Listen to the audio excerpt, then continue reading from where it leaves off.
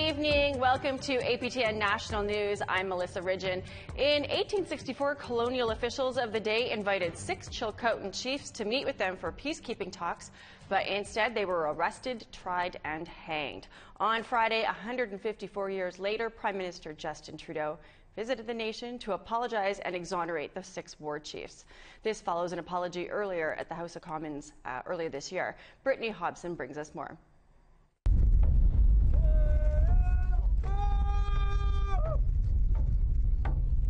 During a special ceremony with members of the Tsilhqot'in Nation, Prime Minister Justin Trudeau echoed statements he said 7 months ago in the House of Commons. We confirm without reservation that these 6 Tsilhqot'in chiefs are fully exonerated of any crime or wrongdoing. In 1864, 6 Tsilhqot'in chiefs were hanged after a deadly confrontation with a white road-building crew. The battle began when the crew entered Tsilhqot'in territory without permission. Later, the chiefs believed they were heading into peace talks when they were arrested, tried, and hanged. The Prime Minister told the crowd the chiefs had every right to protect their land. No agreement was made to access this land. No consent was sought. And so, the Tsilhqot'in people took action to defend their territory. This is the first time the Prime Minister visited the nation since making the statement of exoneration in March. Chief Joe Alphonse said the visit made the apology real. We want our membership to know that this talk, this exoneration is true. Trudeau thanked the community for its strength and dedication. You never stopped fighting to preserve your territory and your culture. Chief Jimmy Lua welcomed the visit and apology. Today marks a big step for us, and there's no words that can bring the justice to what's happening today. And it's an honor. And I thank Justin Trudeau, for the first Prime Minister in Canada's history to come to Tidal Lands and to set history right. But he added it's taken the government too long to acknowledge its wrongdoing. It shouldn't take 154 years. It shouldn't take a war. It shouldn't take us to win a court in the highest level of Canada. It shouldn't take that. Trudeau said the government is continuing to work with the Tsilhqot'in Nation to develop a self-governing agreement by next year. Brittany Hobson, APTN National News. Here's more of what the Prime Minister had to say. Words must be backed by action, by an enduring commitment to improve the lives of the Tsilhqot'in people who continue to suffer the legacy of our shared history. To advance a new chapter together, one based on recognition, rights, respect, partnership, and even friendship. Our government is committed to work with the Tsilhqot'in Nation to address an urgent priority: the serious housing and infrastructure needs you face in your communities. But let me be clear. We know that the solutions to these issues you face must come from your communities with our support. You know better than anyone what your communities need and how we can be at best of help. We have seen the vision for the Tsilhqot'in Housing Investment Strategy led by your communities, and it's a vision we are proud to support. This plan includes skill training and work opportunities for your citizens. Our government is committed to working with you to address this critical issue and help transform the lives of Tsilhqot'in families where it matters most, in your homes. Now, I know this is just a start. There is still a lot more work ahead of us. But I want to assure you that Canada is fully committed to recognize the Tsilhqot'in Nation and its rights to governance and self-determination. And as I have told your chiefs, we are determined to work towards a more comprehensive governance agreement by spring 2019 to support you on your path to self-determination. Working in partnership, with respect, I know that together we can advance a new chapter of cooperation between our two peoples and honor the memory of the 6 exonerated Tsilhqot'in chiefs. It took nearly 120 years, but last month, the Lubicon Lake Band in Alberta signed a historic deal with the federal and Alberta governments. The band will receive land and millions of dollars in compensation for being excluded from the signing of Treaty 8 in 1899. Chris Stewart talked to Chief Billy Joe Lubicon about what it means for the community. On October 24th, the path of the Lubicon Lake Band changed. Chief Billy Joe Lubicon was joined by Premier Rachel Notley and Carolyn Bennett, the Federal Minister of Crown Indigenous Relations. The band will be receiving 246 square kilometers of land and a combined $118 million from both governments. This is in compensation for the band not being asked to sign Treaty 8 in 1899. They have been fighting to have their rights recognized since the 1930s. I sat down with Chief Billy Joe Lubicon at the temporary band office as plans for the future began to take shape. Chief, thank you very much for doing this interview. Yeah, you're welcome. Tell me, what does this announcement last week mean to this band? It gives us great hope. Well, up to this point in time, our community's been without proper infrastructure. Like, this is probably the last community that didn't have running water. And only half the homes here currently have running water, and the rest are still, in really bad shape, mold and outdoor toilets. And so now this agreement will enable us to, build all the infrastructure that we need. This agreement will enable us to build a permanent administration building, as well as a health center, elders lodge, recreation center with an indoor skating rink, and a brand new school. This started from 1899, from the signing that was missed. Yeah, we were missed in signing of Treaty Number 8 because we were landlocked. Our ancestors started this in 1933. So all of the people that had started this claim, the adhesion into Treaty Number 8, are no longer with us, like my parents, my grandparents. So it's, we're celebrating. We're going to be into celebrating, but it's also kind of bittersweet, because they won't be here. This deal is going to fundamentally change this nation. Yes, it will. Yeah, and even the way we live will change, because we're building a subdivision that'll have pipe services, water and sewer, internet, telephone, electrical. Then will also enable us to move back into our homelands, because some of us want to live around the lake, so we'll be able to build family pods in around the lake. You've talked to the people from the band here. What are their thoughts on this agreement? They're all very happy. Most are very happy. So, especially the children, because they know they're getting a new school and a recreation center, better education. Skating rink. Skating rink, yes, definitely. I still can't quite believe it. I mean, it's been 85 years in the making, so it's it's been a long time since we started the action. I think it's time for a celebration. Yeah. Chief, thank you very much for your time. Yeah, thank you so much. Yeah. Thanks for being here. A 13-meter-long sea monster corpse is on display in British Columbia. We're going to show you that after the break, but first, here's tomorrow's weather forecast.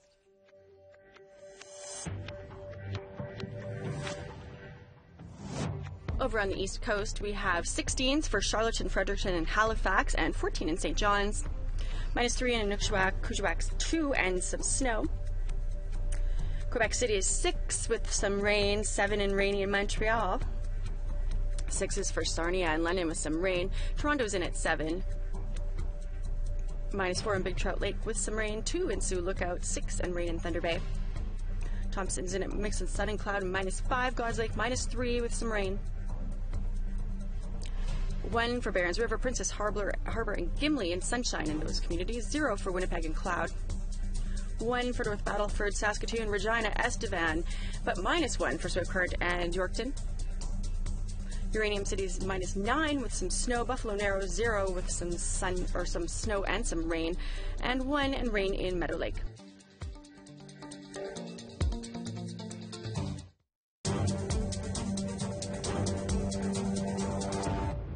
Welcome back. This next story is about a sea monster that was said to have swam in the Pacific Ocean 80 million years ago, and the legend surrounding the mysterious creature. APTN's Tina House has this story.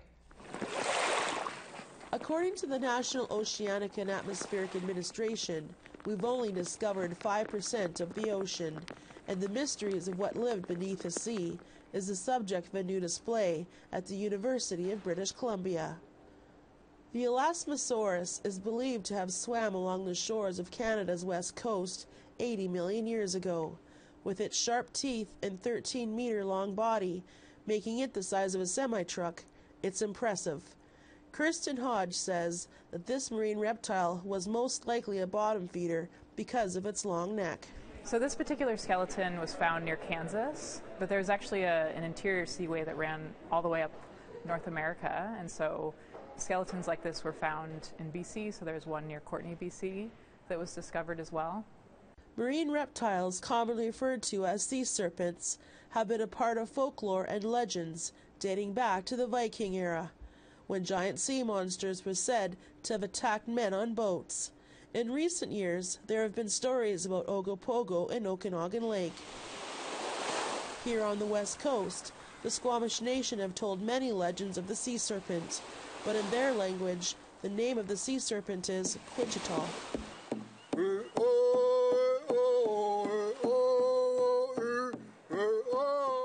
Dennis Joseph was gifted that traditional name by his late uncle and sings this traditional song to honor Quitchitall. By today's measurements, a great serpent was killing all the Squamish people, the coastal people. And the chief tells his son to go and slay it. And he says, "Father, I'll be back in 4 days." So off to the mountains he goes and into the water with his prayers. And eventually, through the dream, the serpent tells him how to kill it because it wants to stop killing people. In the dream, he says, you need to make 6 spears, carve a canoe, and one head's going to be asleep on the beach in this great lake, and the other one's going to be a ways away. Kill the one that's awake, paddle your canoe to the other end and kill that one first. Then come to the other end and kill the one that's asleep. Just because it's oral history doesn't mean it's gone. It's here, and we have knowledge to share. We believe everything's alive. Everything has a purpose. And to go and unearth them, it's like unearthing our ancestors. The Elasmosaurus display is open to the public at UBC. Tina House, APTN National News, Vancouver. Well, Calgary isn't exactly known as a hub of Indigenous art, but as Tamara Pimentel reports, the opening of a new library is about to change that by showcasing artists from all over Treaty 7 territory. For the city of Calgary, it's a brand new library, but for the Indigenous people of Treaty 7, it's a place to display their culture. Calgary's new Central Library opened its doors to the public. Walk in, and the first thing you'll see is this, a mural painted by 3 Indigenous artists, Roland Mud, Calum Dan, and Keegan Starlight. It portrays the past, present, and future. Starlight is from the Tsilhqot'in Nation. He painted the present. The mural part explains a little bit more about how important the women are to our communities. And also it's a bit of a nod to the missing and murdered out there in Canada and all around the world. In Calgary, it's hard to come by Indigenous art. But now, aside from the mural, you can find more Indigenous work throughout the library. Education is the New Buffalo was created by Lionel Piachu, and furniture for the Elders Guidance Circle was made by Glenna Cardinal. Jared Tailfeathers from the Blood Tribe was part of the team that brought these artists to the spotlight. He says the Calgary Public Library doesn't have a long history of being open to Indigenous people. To see something that reminds of us of our own culture and our own teachings, and to sort of open that up more to not only ourselves as Indigenous people, but also to people that are non-Indigenous. It's the first step to inclusion with Aboriginals and having them included within not just Calgary, but all of Canada. You know, we're making a huge comeback here. Tailfeather says in 2019, this 240,000 square foot building will contain even more Indigenous artwork from all over Treaty 7. Tamara Pimentel, APTN National News, Calgary. Yukon governments have been holding session at the Legislative Building in Whitehorse since 1976. But it was a pretty barren place until 2011 when works of art finally started being displayed. And now that tradition continues.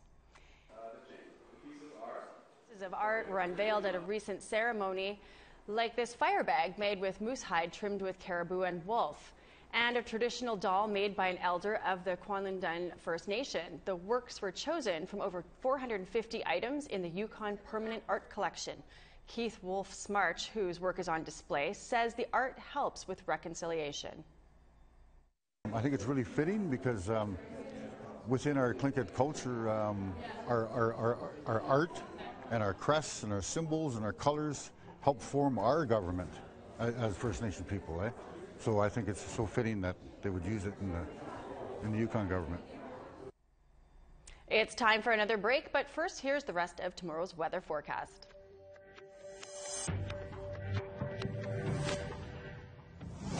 To northern Alberta, we've got -10 and sunny in Fort Chip and High Level.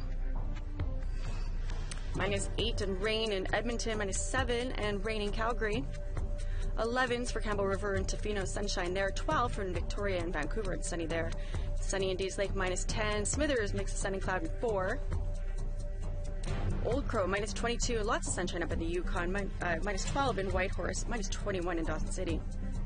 -20 in Norman Wells, -14 in Fort Simpson, -11 for Fort Laird and Trout Lake, -17s for Inuvik and Tuck, -19 and sunshine in Sachs Harbor, -17 and snow in Repulse Bay, -17 but some sunshine in Cambridge Bay, -24 Arctic Bay but sunshine, and -4 and some snow in Iqaluit.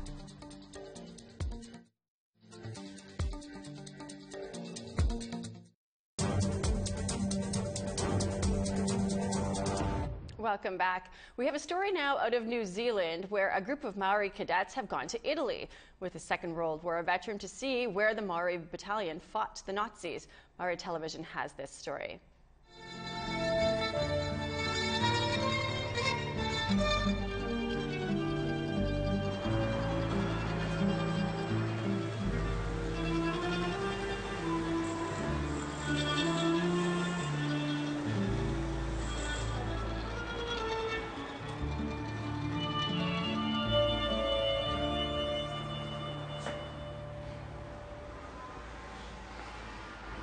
Yeah, it's special. It's good to travel the world with him.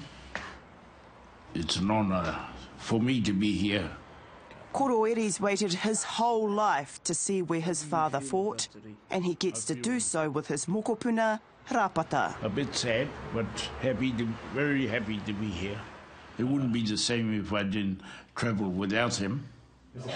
Today, they're heading to Casino. Lucky to have a moko with me. It's an opportunity to pass on to him and them. To me, it's not just a joyride.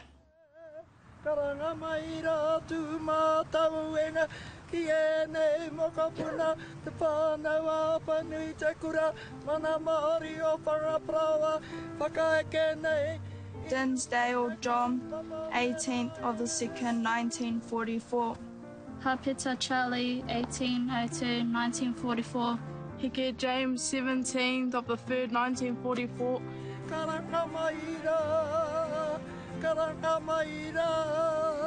Asher Georgie, 18th, 2nd, 1944. Koroe Moko find one of their own. Lance Sergeant Ngākite Tukaki. He died 31st May 1944, age 26. He's from Tikaha, one of our whānau. Yes, he didn't come home.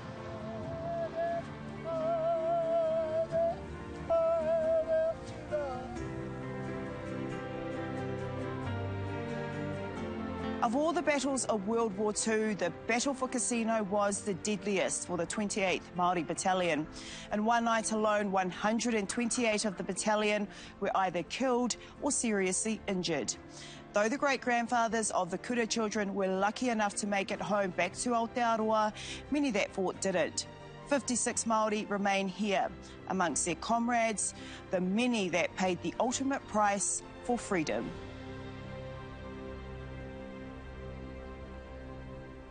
The battle at Casino in 1944 meant taking its monastery.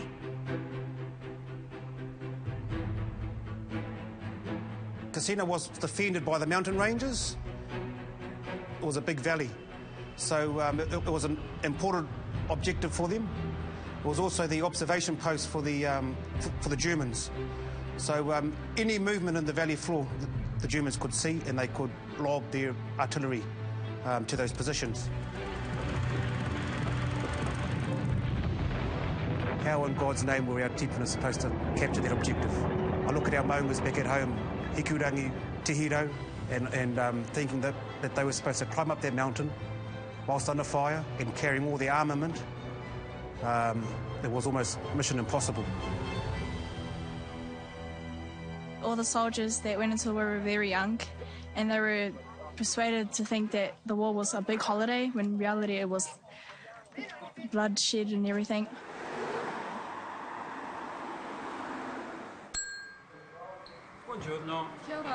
Pino Valente is a native of Casino. His own father was just 8 years old when the 28th Māori Battalion landed.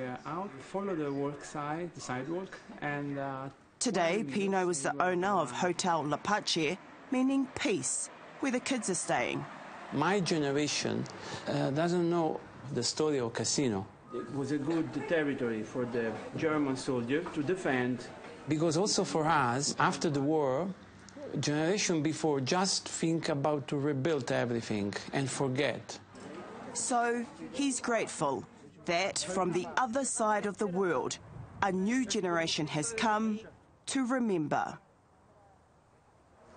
They know about the story. It's incredible, yes. I saw the soldier dancing with the kids. The soldiers wake up after 75 years. But to see how beautiful and clean and tidy the place looked, it was just absolutely stunning. The awesome thing about it is that they're looking after our tipuna.